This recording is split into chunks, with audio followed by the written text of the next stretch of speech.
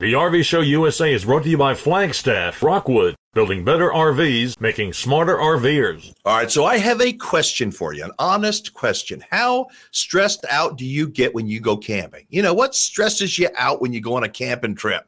Is it the packing? Is it the travel to the campground? Maybe the hooking up to shore power, getting your septic hose line all hooked up? What stresses you out when you go camping? I would love to see some of your responses in the comments.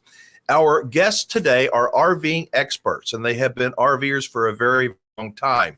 They've also been through and dealt with almost every kind of situation, stressful situation you can probably imagine. The good news is that they are experts. They really are. They're experts at camping with less stress. I want to welcome our friends from Stressless Camping, Tony and Peggy Barthel. Thank y'all so much for joining us tonight. Well, it's a pleasure to be here. Thank you for having us back. It's been so long. What, 2 weeks, right? I know. I think so. Man, I was counting the minutes. So it looks like you're still camping. I thought y'all were headed back home. Well, we are. But we travel very slowly. Yeah. And this is our second to last day on the road for a while. Yep. And then we go back out for Thanksgiving, possibly, and then Christmas, definitely, and then Quartzsite. Yep. Wow, so you're going to be going. So y'all are podcasters, and you're very, very engaged RVers. What is the secret to having a stress-less camping experience or camping experiences? Is there a secret or just a combination of things? I think it's make your plans in Jell-O and be flexible. That's probably the single best thing we can tell you. Yeah, just if things are going to go wrong, and if they go wrong, just try to relax and let them happen and have a backup plan. How much pre-planning do y'all do, though? Because, without a plan B and a C and a D, it seems like if I'm a pretty wound up person, I can get uptight pretty quick. But if you don't have those options already figured out, you could have a pretty miserable time, I would think. Sure. Yeah. Yeah. You want to have a backup and a backup, as you said, plan B and a C and a D. One of the things Mark Kep, who's a campground expert, said about reservations is to have a number of places, number of options. And so when you're getting ready to go somewhere and this is the campground you want to stay in, have 4 or 5. And by the time you get to that 4th or 5th one, you should have found a spot by then. Yeah, I don't think we've ever had to go more than 3 deep. No. So it's like our third choice or whatever. I was going to ask you about that because I know that you are not full-time RVers, but you've been on the road for quite some time, this track. But what's that been like? We hear about extra crowded campgrounds and people having problems finding great places to stay. What are y'all finding, and what do you do? I think partially what we do is we don't tend to go where the crowds are. So we travel a little bit of the less traveled areas. Our goal is not to get to every national park. So if we happen to be near a national park and it's convenient to go, we go, but we're going more for the quiet or for meeting up with family or friends. Yeah. And so we're not necessarily going where everybody's trying to go. And I think that is one of the reasons that we have less trouble. Well, also, I think the size of the rig matters. I mean, we have friends who have these really large fifth wheels or motorhomes. We have a 19-foot travel trailer. So as we speak, we are coming to you from my sister's driveway where we are mooch docking. I love that term, right? Mooch docking. Yeah. Are you able to hook up? I mean, they got power and stuff. I mean, they actually, I don't know if they fixed it. When they first did some fixing on their house, they put in a 30 amp so that we could come visit.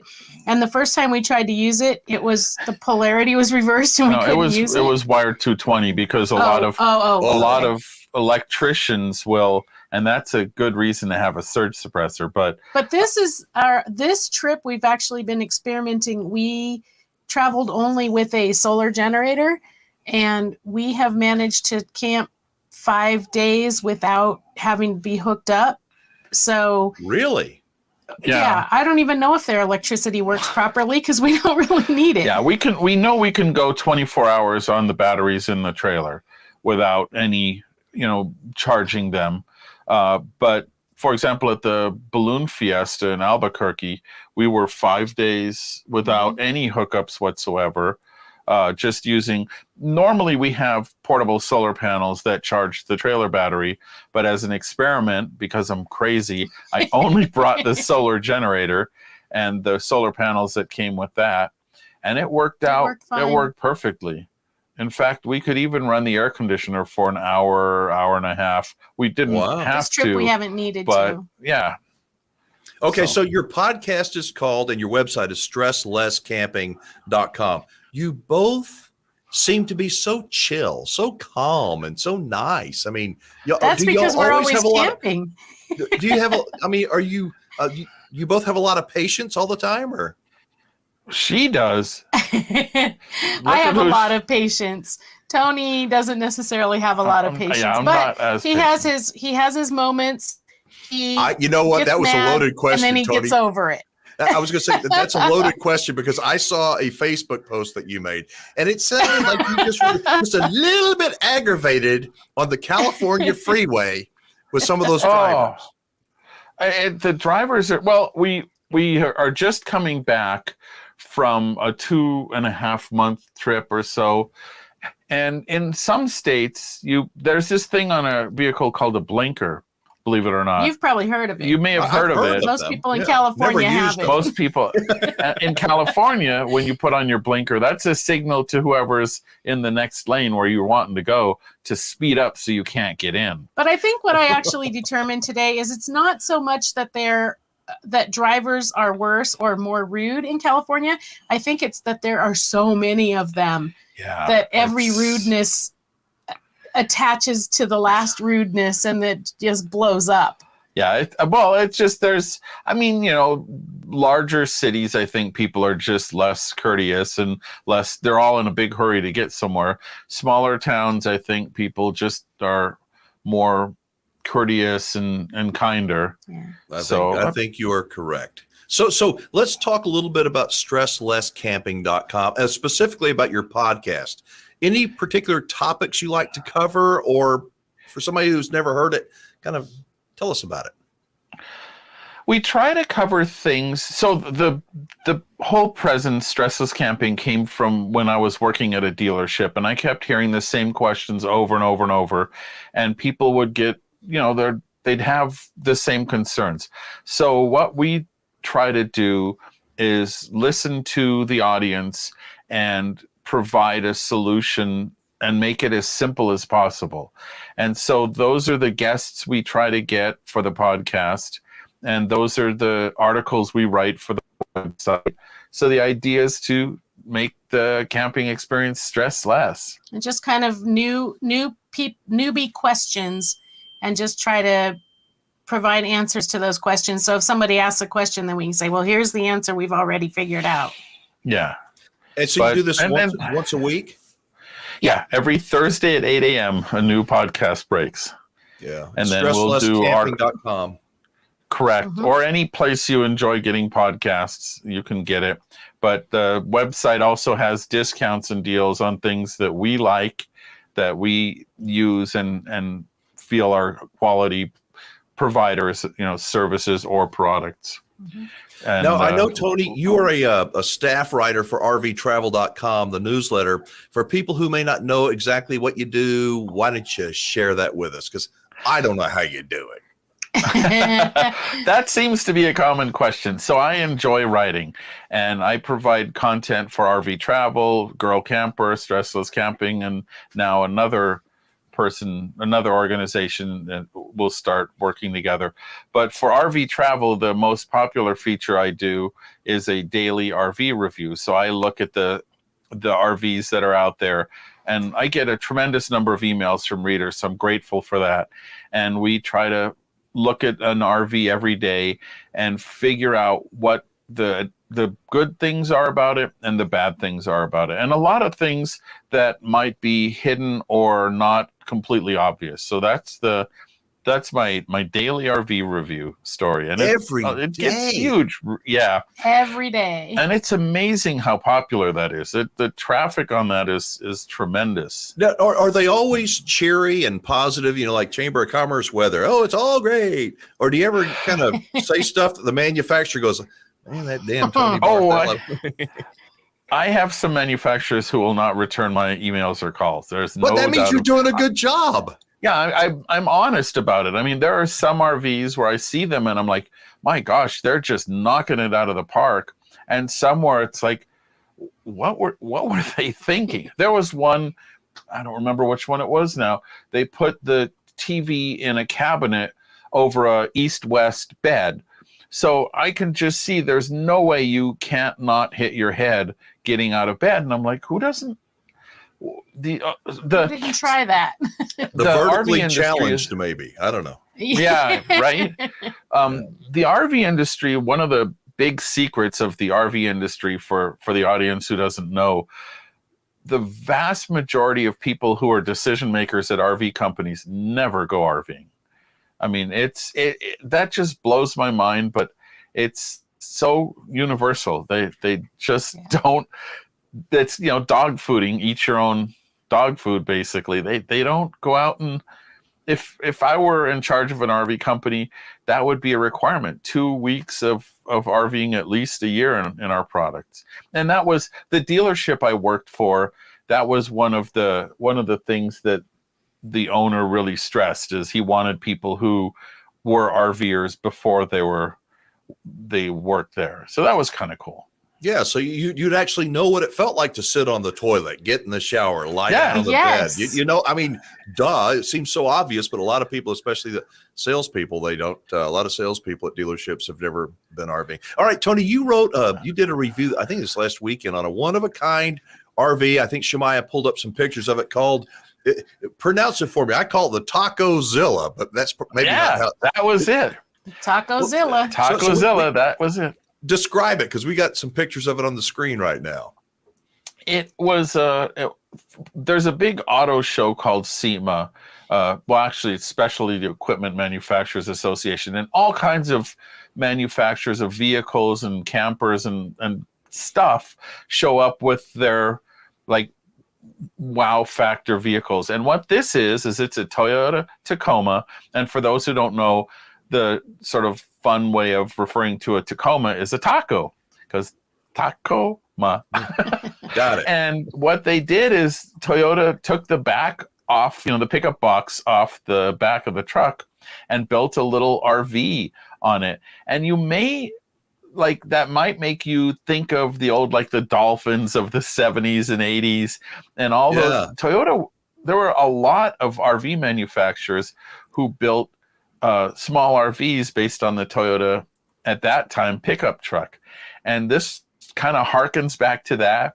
But it's pretty well done, and it of course is the Tacoma has a lot of people who enjoy using it for off-roading, right? And so it's spec'd out to do that too. So it's kind of an overlanding vehicle, and honestly, I mean, I see they could really make a case for working with a supplier and making these things. How can somebody that's 6 feet tall stretch out in a bed in one of those things? I mean, can they? Or you just sleep in the fetal position, Yeah, right. Diagonal. It's the same person who used that bed earlier with the cabinet over it. No, I believe I think they said it was a full queen bed over the cab. Wow. But I don't know about sitting up. I think you might bump your noggin. Roll in, roll out.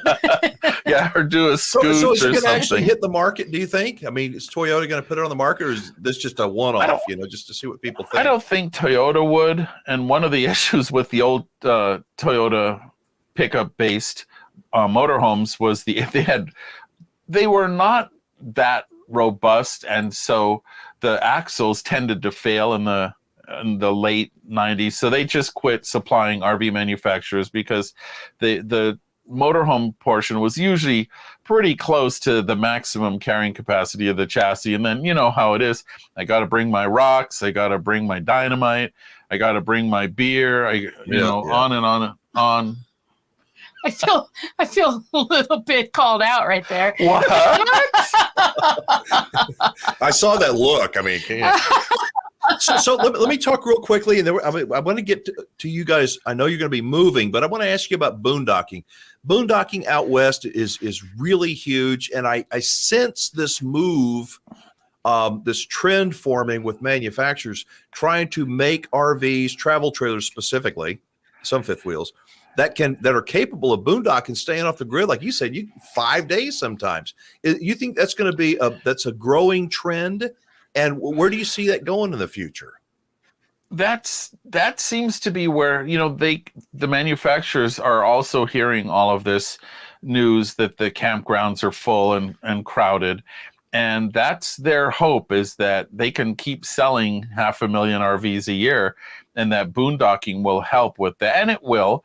And for example, on this trip, what was it, 2 days ago, Peggy found this awesome campground in the desert behind the George C. Patton Museum. And the George C. Patton Museum is cool because there's tons of tanks. And that, of course, I was digging that. And a lot of history. But there were 20 spaces. It was free. 20 spaces in the desert. And of those 20 spaces, only 2 were occupied. So there's a lot of great camping available. And like I say, free. But and how do you find these? Seriously, how do you find these places? Because I know that's the big question for people, especially the ones that are experiencing, nope, that weekend's booked up. That one's booked up too. That particular one I found through Harvest Hosts. Although you don't have to belong to Harvest Host to stay there. It's just, that's how I found it. But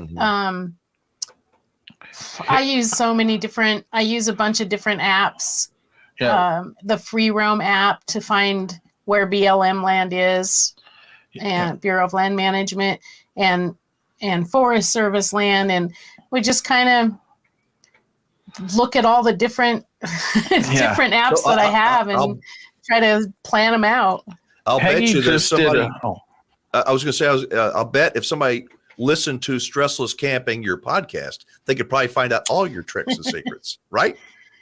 Yeah. In fact, Peggy is a researcher we each have a very different style, and Peggy is very much a researcher, and she just did an article about her favorite apps, and she does all of the research for where we camp. So there's an article on Stressless Camping about our favorite apps for finding, boondocking and just anything. There's some neat stuff out there that helps you with finding this. And as I said, in over 2 months of travel, we never once had a night where it's like, well, we don't have anywhere to stay.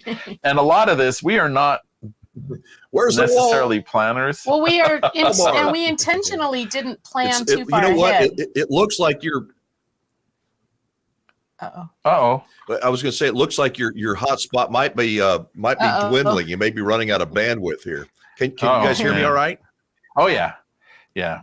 Okay. Well, real quickly, and then we're going to wrap it up. I understand you guys have had enough of California, and you're pulling up stakes and moving. What's the deal, and where are you going? Well, it's not so much California, but where our sticks and bricks is, where our stuff is stored, is how mostly is in Northern California, and we keep getting evacuated for fires and all the smoke and all of that. And then the solution our power company has to not burning down communities is they'll shut the power off for a week, that's just great. So decided we're gonna head out, and we have zeroed in on New Mexico. So that is going to be our new home base. Will be New Mexico. A little bit more central to the country, closer to my mom and my family. So closer to the RV industry. Closer to the RV industry. But we can't move to Indiana because I am not. No snow for me. Despite the beard, I don't fly around on December 24th giving away stuff. If we get you on this show right before Christmas, I have to see you in a red suit. I mean, we just got. Oh, I've got one. He has a costume. We'll make sure of that. Oh yeah. I even have the pillow to stuff my. Wait, no, that's permanent. I'm working on one of those now. Hey, last question. I know that From your perspective, because you've been around the RV industry a long time, investors right now, the shiny little toy seems to be campgrounds. Not all, but mom and pop privately owned campgrounds are just being bought up by all these corporations. A good or better than good privately owned campground, there's fewer and fewer of them. Do you think that corporate buyout trend is going to continue, or do you think they're going to get bored with it and, go off to something else? I think as long as there's a return on investment, it's going to continue. And not only in campgrounds, you're seeing a lot of small independent RV dealerships also going away. Yes. And that's just a trend that I don't like. I like the individualized, locally owned type of thing, but it is what it is. I mean, they see dollar signs and that's what they're chasing. Absolutely. Well, listen, this has been really good. Thank you all for joining us. And we're going to send everybody we can over to stresslesscamping.com. We appreciate you. Thank you. Best of luck with the move, and we'll talk to you again real soon, okay? We look forward to that, and it's always a pleasure, Alan. All right. Thank you all very much. Bye-bye. All right, folks. So what stresses you out about camping? We would love to see your comments. Post the comments down below. And maybe what do you do to take the stress out of camping? I don't know, maybe a cocktail or two or three. We got a link to Tony and Peggy's website down below. So again, check them out. Take a listen to their Stressless Camping podcast. I really do think that you're going to like it.